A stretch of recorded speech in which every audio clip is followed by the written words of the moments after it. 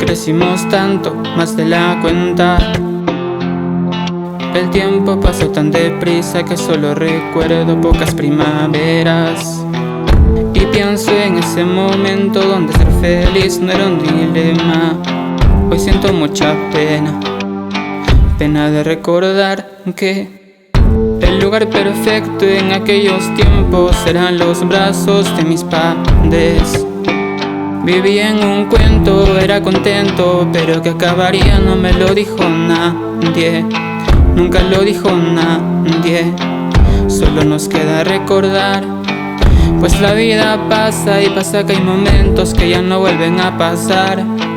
Los años terminan, la vida te mira, no lo dejes pasar. En otoño también puede florear, las hojas desprenden, el árbol aún crece, no lo dejes de cuidar. En otoño también puede florear. Las flores de primavera tuvieron que caer en otoño. El momento en que te encuentras traerán nuevos retoños.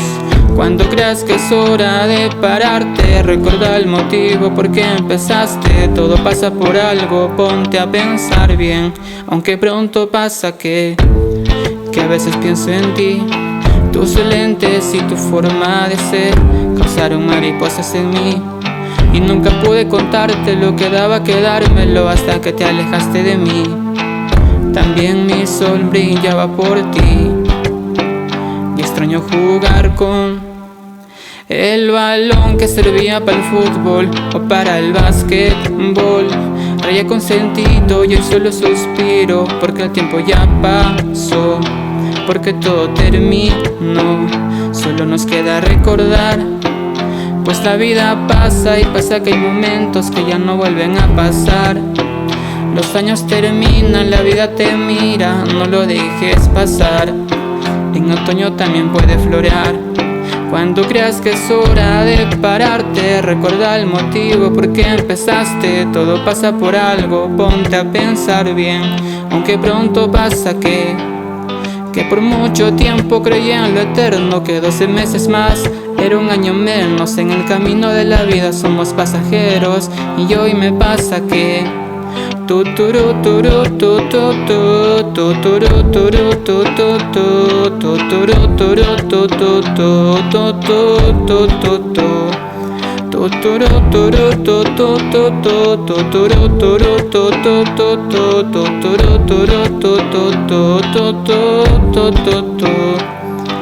las hojas desprenden, el árbol aún crece, no lo dejes de cuidar. En otoño también puede florear.